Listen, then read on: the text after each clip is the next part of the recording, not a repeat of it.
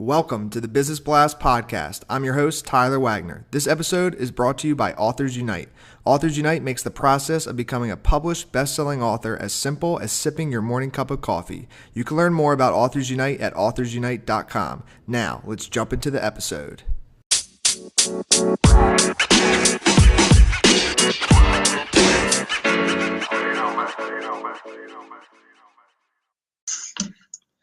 All right, everyone. Welcome back to another episode of the Business Blast podcast. I'm your host, Tyler Wagner. Today, I have Nathan Tabor with us. He is an entrepreneur, life coach, business consultant, trainer, speaker, and author. He has founded 25 companies since 1999, which have generated over $150 million in sales. He has had amazing successes and epic failures, but definitely learned more from his failures than his successes. So welcome to the show, man. Hey, Tyler, thanks for having me on. I appreciate it. Of course. Grateful to have you here. We'll jump into the first one, Nathan. The first one I have for you is, what is the best story from your life that has an underlying valuable message? The best story from my life is learn to listen, be slow to speak. Look back over, I just turned 45. I look back over my life and the times I got myself in the most bad spots or binds in business was when I reacted too quick with an emotion, a temper or anger or frustration. And if I'd have just paused for a minute, listened, analyzed it, I could have avoided a bigger mess. And what is the most valuable piece of information we should know that's within your expertise or industry? So as a business consultant, also, as a writer, whatever I've been involved with entrepreneurship is developing the plan or developing the outline.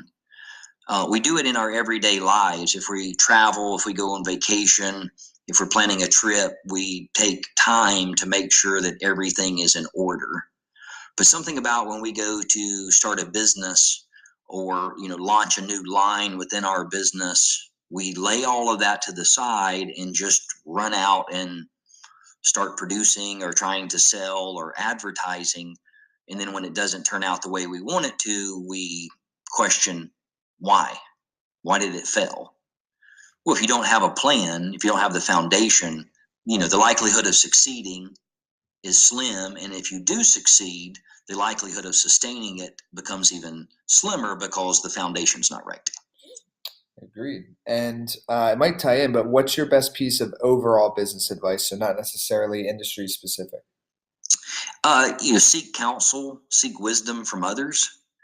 Don't just, this is a great idea or this is how it needs to be done.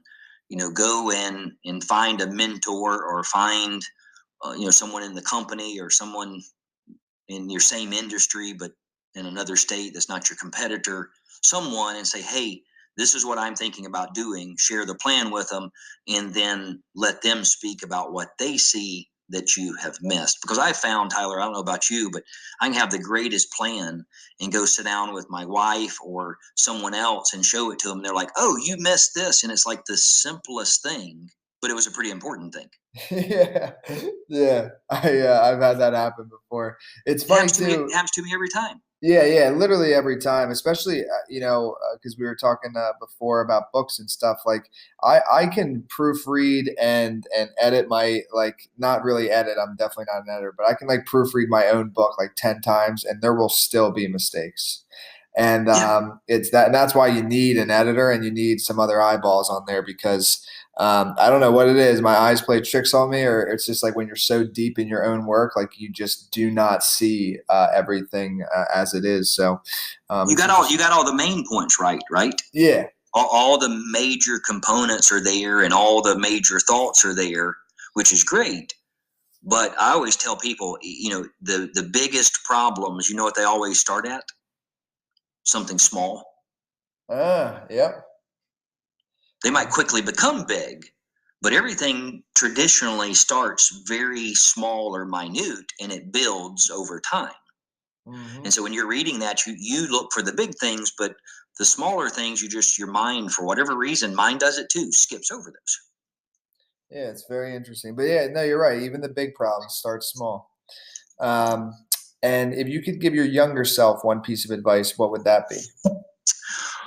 Oh, if I could give my younger self advice, I would, fall back to the same along the line of listen and counsel and planning. Because when I was younger, the type A personality, if the door doesn't open, get a bulldozer and push it over, push it open, or do whatever it takes to get the deal done. I've flipped 26 apartment complexes in the last 11 years, and at the beginning, it was all about getting the deal done or making money. Mm, And hindsight, looking back, if your only desire is to make money or get the deal done, probably is not going to end very well because I miss things. got it. And Okay. So yeah, just a question then on that. So with your flippings, was there ever a time where you flipped it and it wasn't necessarily profitable, but you just had to get the deal done because it was like taking too long or something? yeah, so the first deal I ever did in apartments, I made a little over $230,000. The next deal, I lost a little over 150,000. Got it. Um, Okay. Missed a zoning issue. The attorney and the surveyor told me that it was grandfathered in, and it wasn't. So Ah, a 5 minute phone call or lack of a 5 minute phone call cost me $150,000. damn. That's not Yeah. good. Hey, it's the small things, right? Yeah, live and you learn, man. Um, Thank you for sharing that with us. So kind of going down a little bit of a different path. In your opinion, what is the key to happiness? In my opinion, the key to happiness for me, I'm an evangelical Christian, is having not only your faith but actually applying it. So if you're not an evangelical Christian, everyone has a set of morals and values. Everyone has, who they want to be, but very few people are actually what they want to be. I don't know if it's the fear or the pride or arrogance, but it really comes down to knowing versus applying. People know I should do things, but then actually applying it and doing it is a struggle. Hmm. Yeah, it is interesting. I think it could be like a self-image thing sometimes too, and I think like a lot of us like you're saying like it's like we have this like idea of what we want to be in our heads, but a lot of the times like we don't take the actions that we know we need to take to actually be that person. So when you can actually be honest with yourself and like do the things that you say you're going to do for yourself, it's almost like treating yourself like a best friend, I feel like. Then things really start to happen from my experience. Absolutely. And that's how it is. I mean, if you want to feel better, eat better. I mean, I know I should eat more greens, but I love Hershey's chocolate, man. Me too, man. At least I'm honest about it, right? But if I wanted to, feel better, I would eat better. Yeah, I agree. And it's like a very small, simple thing, but sometimes we let it get like we complicate it. So it's Boy, interesting. I don't know. Are you married? No, I'm not. You're not. I'm married. So anybody out there has a spouse, if you want a better relationship with your spouse or your girlfriend or boyfriend or kids, it's simple. Spend more time with them without your phone. Yeah, true. I know the phone has become an addicting thing.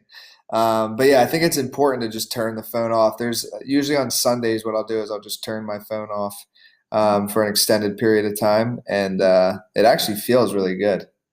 Yeah, and Um, once you get into the groove of it, the first time was hard. The second time's a little harder, but somewhere along the line, I'm like this. Is like, wow, I can't wait to turn my phone off. I agree.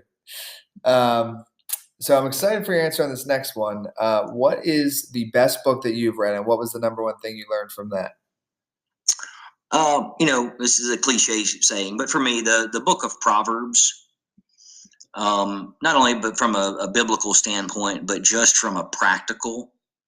One of my life lessons, kind of my two after listening, is a soft answer turns away wrath. So yes, that's biblical as a Bible verse, but it's also just good common sense wisdom.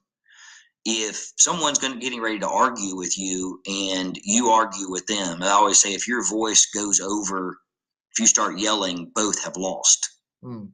And I think back over my life, the times that if I'd have just shut my mouth and been quiet, the feelings I wouldn't have hurt, the mean things I wouldn't have said, the smart butt answer I wouldn't have given. So, from a practical standpoint, whether you're religious or not, the book of Proverbs is full of amazing counsel and wisdom of how to operate your life. Mm. If you look at self-help books out there, Tyler, that's been published in the last 100, 200 years, I could sit down and show you a Bible verse that will line up with most everything that's said in those books. Huh. Because there's only so many self-help things you can say, right? True. You can say it a different way, but it all comes down to common sense. Yeah, I agree, and I think sometimes what I found is the different stories is what really helps it like Sure. stick. But yes, I do. I mean, and I've actually heard that. I've never read that book, but I will tell you that I have heard that, and just in the Bible that most of the things like you can learn like from personal development side of things, pretty much everything in there and it's weaved in throughout. And then a lot of personal development books on their own do have like alignment with that. So I have heard that. Yeah, I mean, the author might not, be coming from a Christian standpoint. It might For just, sure. love thy neighbor, be kind to others. Yeah. It's the same philosophy, right? Yeah, absolutely. And yeah, and it is interesting where like I totally agree with you with that, where our emotions get triggered and it's hard. Actually, it's not as hard when you're aware of it. But when you're younger, I feel like a lot of times you're not aware of it because you react on emotion a lot of times. But like you're saying, if you had just like been quiet and just like been soft spoken and just spoke about it instead of reacted to it, it would have turned out a lot better. Oh, and just looking at my life from personal and professional, I mean, the money, the time, the stress. If anybody out there is starting a new business or involved in business, we're a sue happy nation. Like, you do me wrong, I'm going to sue you. I mean, the only person who's making money in that is the attorneys, and my best friend's an attorney. But Yeah. you never, even if you win, you never win Yeah. because the stress, the times you don't sleep, the aggravation, the frustration. I mean, all of those. While you win, it took up 18 to 24 months of your time, Yeah, which is a loss which for is a sure. loss. Yeah, I agree. And the next one I have for you, man, is what is your favorite quote and why? My favorite quote is the answer is always no until you ask. And the reason why is I'll use my wife. I married way above my means. She's beautiful and talented and smart, and don't know why she married me per se. But if I had never asked her out, the answer would have been no. Mm, And if you have a dream, if you have a passion, if you have a calling, and you never do anything about it, you never ask, the answer is defaults to no. yeah. So, if you have something that you have that burning desire inside of you to do, if you don't ever try, you automatically fail. Yeah, and I think it's the fear, man. A lot of people are fearful to even ask, and that's what I say to a lot of people as well. Because how I kind of got started was I would reach out to conference coordinators to ask them if I could help them put on events. These were like entrepreneurial events, so that I could learn. So I'd be like, "Hey, can I help you put on your event? I'll do anything you need in exchange for letting me come for free." And you'd be surprised at how many people said yes. And most people thought that was like crazy. Like you're asking to go to events that cost thousands of dollars for free. And I was like, yeah. At the time, I didn't have the money. I was a broke dropout out of college. So I Yeah. was like, yeah, that's what I did. And it worked. And a lot of people won't even ask a question like that. So, Well, the first time I ever tried to do a real estate deal, and I had sold $80 million online, so I dealt with a lot of banks with a lot of money. The first five banks I went to do a $325,000 deal, All 5 of them told me no. But it was one at a time. The 6th one said yes. So had I stopped at the 1st, the 2nd, the 3rd, or the 4th, I would have never gotten that deal done. Yeah. But, today we kind of take that of, Tyler, why would you ask someone like that? Well, why not? Yeah, that's how my head thinks too. I'm like, why not? Like that's what I want to go to the event. So right. Why not?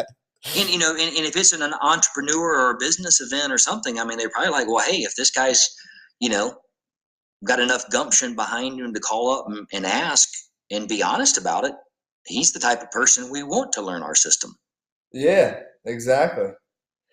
Dude, that's awesome, man. I really appreciate you coming on. This was a fun and insightful episode. The last question I have for you, man, and then we'll let you go is where's the best place for people to find you online? Yeah, so the best place is Nathan Tabor, and that's TAB as in boy OR.com. I'm also on Facebook and LinkedIn under my name as Nathan Tabor. Hey, I really appreciate you taking your time to have me on your show, and it's been fun. I always like it, discussing these items because hopefully it helps someone, gives them that little motivation to get out there and at least try. Of course, man, and I appreciate you coming on. So we will definitely talk with you again soon. All right, thanks, Tyler. The podcast you just heard was published with Anchor. Got something you want to say to the creator of this show? Send them a voice message using the Anchor app, free for iOS and Android.